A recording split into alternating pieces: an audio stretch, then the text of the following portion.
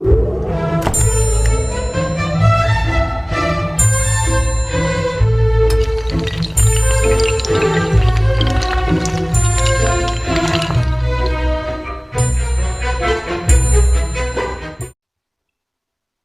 साथियों, इसके पहले मैं आप लोगों को परमाणु क्रमांक के बारे में बता चुका हूँ और परमाणु क्रमांक के बारे में जानना इसलिए भी ज़रूरी था क्योंकि अभी जो आधुनिक आवर्त सारणी बनने वाली है वो परमाणु क्रमांक के आधार पर है। इसीलिए परमाणु क्रमांक के बारे में जानकारी दी गई पिछले वीडियो में। इस वीडियो में हम आधुनिक आवर्त नियम का औचित्य और आवर्तीयता का कारण इसको जानेंगे। तो सबसे पहले हम देखते हैं कि आधुनिक आवर्त नियम क्या है। तो इसके पहले जैसा कि हमने देखा था, प्रयोग किया था हमने, और उस प्रयोग में हमने ये देखा था कि मोसले ने ये कहा था कि कोई तत्व अगर है तो उस तत्व का मूलभूत गुण जो है वो परमाणु भार नहीं है। मेंडलीव ने कहा था परमाणु भार है या द्रव्यमान संख्या है, लेकिन मोसले ने कहा नहीं, परमाणु भार नहीं है, परमाणु क्रमांक है। और पिछले वीडियो में मैं आपको ये बता चुका हूँ कि परमाणु क्रमांक जो है वो कैसे आया। आवृत्ति के वर्गमूल के समानुपाती प्रोटॉनों की संख्या, और प्रोटॉनों की संख्या मतलब परमाणु क्रमांक। तो इस तरह से ये बात साबित हो गई या ये बात तय हो गई कि आवर्त सारणी जो बनेगी अभी आधुनिक वाली, उसका आधार होगा परमाणु क्रमांक। अब आधार परमाणु क्रमांक है, इसका मतलब है कि अगर जितने भी तत्व हैं, तत्वों के दो तरह के गुण होते हैं, एक तो भौतिक गुण और एक तो रासायनिक गुण। तो ये जो कोई भी तत्व हो, आवर्त सारणी में वर्तमान में तत्वों की संख्या 118 है, तो कोई भी तत्व हो उसके भौतिक और रासायनिक गुण परमाणु क्रमांक या संख्या के आवर्ती फलन होते हैं। ये आधुनिक आवर्त नियम है। किसी भी तत्व के भौतिक व रासायनिक गुण उसके परमाणु क्रमांक के आवर्ती फलन होते हैं। आवर्ती फलन का मतलब क्या है कि तत्वों को जब हम परमाणु क्रमांक के बढ़ते हुए क्रम में रखेंगे तो एक निश्चित अंतराल के बाद समान गुणों वाले तत्व रिपीट होते हैं, और वो निश्चित अंतराल है ये वाला 2, 8, 8, 18, 18, 32। इस निश्चित अंतराल को ही कहा जाता है मैजिक नंबर, जादुई अंक। इसको कहा जाता है जादुई अंक, मैजिक नंबर। तो ये मैजिक नंबर क्यों है ये भी आप देखेंगे आगे। तो हाल फिलहाल आप ये ध्यान रखिए कि इसको जादुई अंक कहते हैं। अब ये तो आधुनिक आवर्त नियम को हमने डिफाइन कर दिया। अब बात आई कि आधुनिक आवर्त नियम का क्या औचित्य है, इसका क्या औचित्य है। तो जो मेंडलीव ने आवर्त सारणी दी, मेंडलीव की आवर्त सारणी परमाणु भारों पर आधारित थी, और मेंडलीव ने जब सारणी को दिया तो आने वाले वर्षों में ये पता कर लिया गया कि परमाणु क्रमांक क्या है। जैसा मैं आपको पढ़ा चुका पिछले वीडियो में कि परमाणु क्रमांक क्या है, और ये भी बात बताया था कि परमाणु क्रमांक या तो प्रोटॉनों की संख्या या इलेक्ट्रॉनों की संख्या के बराबर कह सकते हैं, यानी कि तीनों आपस में बराबर होते हैं। परमाणु क्रमांक बराबर प्रोटॉनों की संख्या बराबर इलेक्ट्रॉनों की संख्या। और ये भी बात आपको मैंने बताया था कि द्रव्यमान संख्या जो है वो प्रोटॉन और न्यूट्रॉन इन संख्याओं के योग के बराबर होता है। परमाणु भार या द्रव्यमान संख्या जो है वो प्रोटॉन और न्यूट्रॉन की संख्या के योग के बराबर होती है या होता है कह सकते हैं। ये भी बात हम देख चुके थे। और साथ में परमाणु का जितना भी द्रव्यमान होता है वो सारा का सारा द्रव्यमान उसके नाभिक में केंद्रित रहता है। रदरफोर्ड का जो प्रकीर्णन प्रयोग हमने देखा था, तो केंद्र में, परमाणु के केंद्र में एक नाभिक है जिसमें उसका समस्त द्रव्यमान केंद्रित रहता है और नाभिक का आकार बहुत छोटा होता है। तो इस तरह से ये बात हम जान चुके हैं कि कोई भी तत्व है, उस तत्व के जो गुण हैं या रासायनिक गुण हैं, इसका नाभिक से कोई लेना देना नहीं है, क्योंकि नाभिक तो सेंटर में है, नाभिक तो सेंटर में है और नाभिक के चारों ओर चक्कर लगाते ही इलेक्ट्रॉन, बोर का परमाणु मॉडल में ये बताया गया था। तो नाभिक के चारों ओर चक्कर लगाते हैं, तो नाभिक से कोई लेना देना नहीं है, क्योंकि नाभिक में प्रोटॉन भी है, न्यूट्रॉन भी है, और नाभिक के चारों ओर इलेक्ट्रॉन चक्कर लगाते हैं। तो यह कहा गया कि किसी भी तत्व के गुणों का संबंध जो है इलेक्ट्रॉनों की जमावट पर निर्भर है, यानी नाभिक के चारों ओर इलेक्ट्रॉन कैसे जमे रहते हैं उस पर डिपेंड है। और इलेक्ट्रॉनों की संख्या मतलब क्या है? परमाणु क्रमांक है। इसीलिए ये कहना उचित होगा कि तत्वों के भौतिक एवं रासायनिक गुण परमाणु क्रमांकों के आवर्ती फलन होते हैं, न कि परमाणु भार के। ये मेंडलीव ने कहा था और ये आधुनिक आवर्त सारणी में कहा गया, क्योंकि इलेक्ट्रॉनों की जमावट पर निर्भर करेगा गुण, इसका मतलब परमाणु क्रमांक, क्योंकि इलेक्ट्रॉनों की संख्या परमाणु क्रमांक के बराबर होती है। तो इस तरह से आधुनिक आवर्त नियम की जो डेफिनेशन है वो एकदम सही है या सटीक है कि किसी भी तत्व के भौतिक व रासायनिक गुण उसके परमाणु क्रमांक के आवर्ती फलन होते हैं। अब हम ये देखते हैं कि आवर्तिता का कारण क्या है। आवर्तिता का कारण मतलब हमने कहा कि समान गुणों वाले तत्व रिपीट होते हैं, मतलब आवर्तिता। तो उसका क्या कारण है? तो किसी भी तत्व का जब हम इलेक्ट्रॉनिक विन्यास लिखते हैं तो अबबाउ के नियम से लिखते हैं। अबबाउ एक जर्मन भाषा का शब्द है जिसका अर्थ है बनाना या रचना करना है, क्रमिक निर्माण। और अबबाउ के नियम में ये कहा था कि जो उपकोष है, उपकोष होते हैं एसपीडीएफ, उसमें इलेक्ट्रॉनों का भरना बढ़ती हुई ऊर्जा के क्रम में होता है। पहले कम ऊर्जा वाले उपकोष में इलेक्ट्रॉन भरेंगे और फिर उच्च ऊर्जा वाले उपकोष में इलेक्ट्रॉन का भरना शुरू करते हैं। तो ये अबबाउ के नियम में इलेक्ट्रॉनिक विन्यास को लिखना हम सीखते हैं। अच्छा, अबबाउ के नियम से जब इलेक्ट्रॉनिक विन्यास लिखेंगे, अभी हम लिखेंगे कोई एक ग्रुप लेकर, कोई एक वर्ग लेकर इलेक्ट्रॉनिक विन्यास को लिखेंगे। अगर वो इलेक्ट्रॉनिक विन्यास लिखते समय बाह्यतम कोश में जितने इलेक्ट्रॉन होते हैं, बाह्यतम कोश या संयोजकता कोश जितने इलेक्ट्रॉन होते हैं, अगर सभी के बाह्यतम कोश में उतने उतने इलेक्ट्रॉन हैं, इसका मतलब है कि सबके बाह्यतम कोश का इलेक्ट्रॉनिक विन्यास रिपीट होगा। और इलेक्ट्रॉनिक विन्यास रिपीट होने का मतलब है गुणों का रिपीट होना। तो इस तरह से जब हम इलेक्ट्रॉनिक विन्यास लिखते हैं जिनके बाह्यतम कोश के इलेक्ट्रॉन रिपीट होंगे, जैसे बाह्यतम कोश में एक इलेक्ट्रॉन है, तो जितने भी तत्व हमने लिए अगर सबके बाह्यतम कोश में एक इलेक्ट्रॉन है तो इसका मतलब है उनके गुणों में पुनरावृत्ति हो रही है। तो हम देखते हैं किस तरह से। हम देखते हैं क्षार धातुओं या वर्ग 1 की धातुओं का या तत्वों का इलेक्ट्रॉनिक विन्यास। हालांकि धातु बोला तो हाइड्रोजन नहीं आना चाहिए, लेकिन मैं यहाँ पे हाइड्रोजन को भी लेके चलता हूँ। तो पहला तत्व होता है हाइड्रोजन, इसका संकेत है H, परमाणु क्रमांक 1 है। 1 को बांटना है तो ऐसे लिखेंगे 1, इसका इलेक्ट्रॉनिक विन्यास होगा 1s1। हाइड्रोजन के बाद आता है लिथियम, लिथियम इसका संकेत है Li, परमाणु क्रमांक 3, इसको बांटेंगे 2,1 में। इसमें एक ही कोश है, एक इलेक्ट्रॉन है, ये बाह्यतम कोश। इसमें 2 कोश है, पहले कोश में 2 इलेक्ट्रॉन, दूसरे कोश में 1 इलेक्ट्रॉन, एंड बाह्यतम कोश में 1 इलेक्ट्रॉन। इसको लिखेंगे 2 को हम लिखेंगे 1s2, ये 2 इलेक्ट्रॉन हो गए पहले कोश में, और 2s1 दूसरे कोश के s उपकोश में 1 इलेक्ट्रॉन। इसके बाद हम लेंगे लिथियम के बाद आता है सोडियम।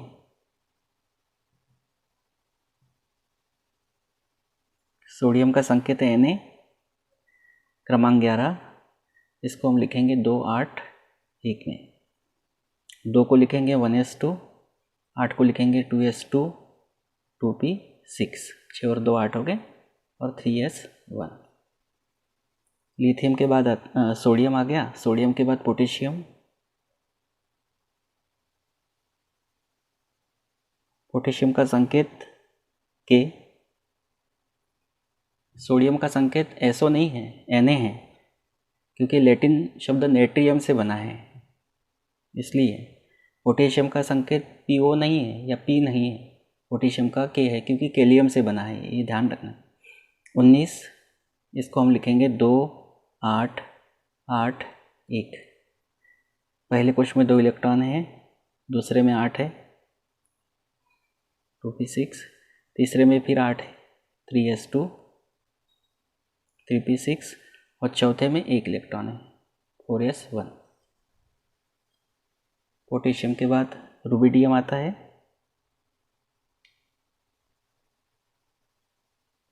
रुबिडियम संकेत Rb, इसका परमाणु क्रमांक 37, इसको बांटेंगे 2 8 18 8 1, इसको लिखेंगे 1s2, देख लेना आप 37 हो रहे कि नहीं, 18 18 और 10 28, 28 और 8 36 और 1 37, ठीक।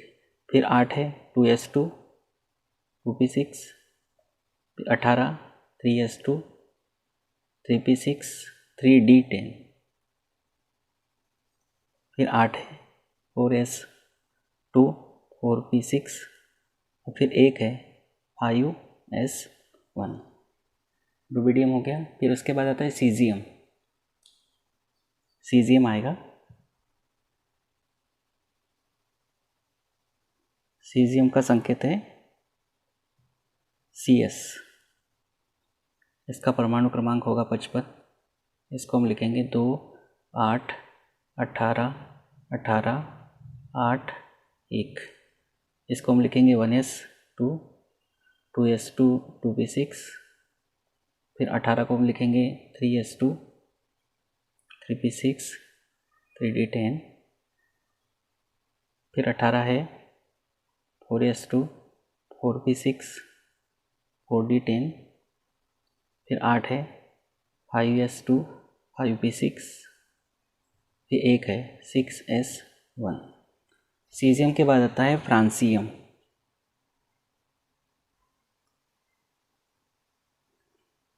तो फ्रांसियम का संकेत है Fr, तो इसका एटॉमिक नंबर होगा 87, इसको हम लिखेंगे 2 8 18 32 18 8 1, और इसको लिखेंगे इलेक्ट्रॉनिक कॉन्फ़िगरेशन, इलेक्ट्रॉनिक विन्यास 1s2, 2s2, 2p6, तीसरे नंबर पे 18 है, 3s2, 3p6, 3d10, आप इलेक्ट्रॉन गिनते भी जाओ, 10 6 16 2 18, फिर 32 है, 4s2, 4p6, 4d10, 4f, 14, फिर 18 है, 5s2, 5p6, 5d10, 6s2, 6p6, 7s1। तो इस तरह से हमने क्या किया, वर्ग 1 के जितने भी तत्व हैं सबका इलेक्ट्रॉनिक विन्यास लिखा। अब अगर हम सबके बाह्यतम कोश में देखें तो इसके बाह्यतम कोश में 1 इलेक्ट्रॉन, इसके बाह्यतम कोश में 1, इसके बाह्यतम कोश यानी संयोजकता कोश, तो सबके बाह्यतम कोश में 1 1 इलेक्ट्रॉन है, और ये आधुनिक आवर्त सारणी के वर्ग 1 के तत्व है। वर्ग 1 बता दिया था, वैसे यहाँ पर लिखा है, वर्ग 1 के तत्व हैं, सबके बाह्यतम कोश में 1 इलेक्ट्रॉन है, सबके बाह्यतम कोश में इलेक्ट्रॉन है। और अगर बाह्यतम कोश को हम n से दर्शाए, n से अगर दर्शाए तो हम क्या लिख सकते हैं, 1 को हम लिख सकते हैं ns, इसको भी ns, ns, ns, ns, ns, ns, जहाँ n का मान 1 से लेकर 7 तक हो सकता है, और ns1। तो हम ये कह सकते हैं कि वर्ग 1 के जितने भी तत्व हैं सबके बाह्यतम कोश का इलेक्ट्रॉनिक विन्यास है ns1, वर्ग 1 का। तो इस तरह से इलेक्ट्रॉनिक विन्यास रिपीट हो रहा है बाह्यतम कोश का, इसलिए गुण भी रिपीट होंगे। तो इनके गुणों में भी रिपीटेशन होगा। अब यहाँ एक बात हमने की थी निश्चित अंतराल की, वो भी मैं आपको बता देता हूँ। निश्चित अंतराल क्या है, तो इन तत्वों को फिर से लिख देता हूँ, जैसे hydrogen, lithium, sodium, potassium, rubidium, caesium, francium. इसको आप याद भी रख सकते हो, ह ली ना की रब से फरियाद, ह ली ना की रब से फरियाद। Hydrogen, lithium, sodium, potassium, rubidium, caesium, francium. अब मान लीजिए मैंने तो आपको यहाँ बता दिया था सबके परमाणु क्रमांक, मुझे परमाणु क्रमांक नहीं मालूम, मुझे सिर्फ एक परमाणु क्रमांक मालूम है हाइड्रोजन का। और जिस मैजिक नंबर की मैंने बात की थी 2, 8, 8, 18, 18, 32, ये मैंने ऐसे लिखे है तत्व, एक्चुअल में ऐसे लिखना चाहिए था खड़े रूप में, लेकिन इसको मैंने ऐसा लिखा है। तो ये है मैजिक नंबर। हमको एक क्रमांक मालूम है, बाकी नहीं मालूम। तो ऐसे समय में हम इस निश्चित अंतराल की मदद से, निश्चित अंतराल है, इसकी मदद से हम बाकी सबके परमाणु क्रमांक पता कर सकते हैं। थोड़ा सा अगर हम ध्यान दें तो पता कर सकते। कैसे? इसका क्रमांक मालूम है, कितने तत्व बचे हैं जिनके क्रमांक नहीं मालूम? 1, 2, 3, 4, 5, 6। तो आखिरी से 6 अंक ले लो। 1, 2, 3, 4, 5, 6, 6 ही अंक है। अब 1 में 2 जोड़ते हैं, 3, 3 में 8 जोड़ो, 11, 11 में 8 जोड़ेंगे 19, 19 में 18 जोड़ेंगे 37, 37 में 18 जोड़ेंगे 55, और 55 में 32 जोड़ेंगे 87। और जितना आप जोड़ रहे हो उतना ही यह अंतराल में फिट होते जाता है। जैसे 1 में आपने 2 जोड़ा था तो ये 2 फिट हो गया, फिर 8 जोड़ा था तो 2 और 1 के बीच में 8 फिट हो गया, फिर 18 जोड़ा था तो 8 और 1 के बीच में 8 फिट हो गया, और 8 जोड़ा था, फिर 18 जोड़ा था तो 8 और 8 के बीच में 18 फिट हो गया, फिर 18 और जोड़ा था 55 आया, तो 18 और 8 के बीच में फिर 18 फिट हो गया, फिर 55 में 32 जोड़ा था 87 लाने के लिए, तो हमने 18 के बीच में 32 फिट कर दिया। तो ये याद रखने के हिसाब से मैं बता रहा हूँ, याद भी रख सकते हैं। तो इस तरह से आपको ये बात आवर्तीता का कारण यहाँ पता चल चुका है। लेकिन मेंडलीव का जो दोष मैंने बताया था 8वां, वो आवर्तीता का कारण अच्छे से नहीं बता पाया था। तो इस तरह से आप ये हर वर्ग में लागू कर सकते हैं, ये जो मैंने बताया। जैसे हेलोजन के बारे में अगर बात करें, हेलोजन तत्वों के बारे में, तो हेलोजन तत्व कौन कौन से हैं? हेलोजन तत्व है, इसको आड़े में लिख रहा हूँ, ये समूह 17 के तत्व है या वर्ग 17 के तत्व है, इनको हेलोजन कहते हैं। हेलोजन शब्द की उत्पत्ति ग्रीक भाषा के शब्द हेलास से हुई है, जिसका अर्थ है समुद्री लवण बनाने वाले।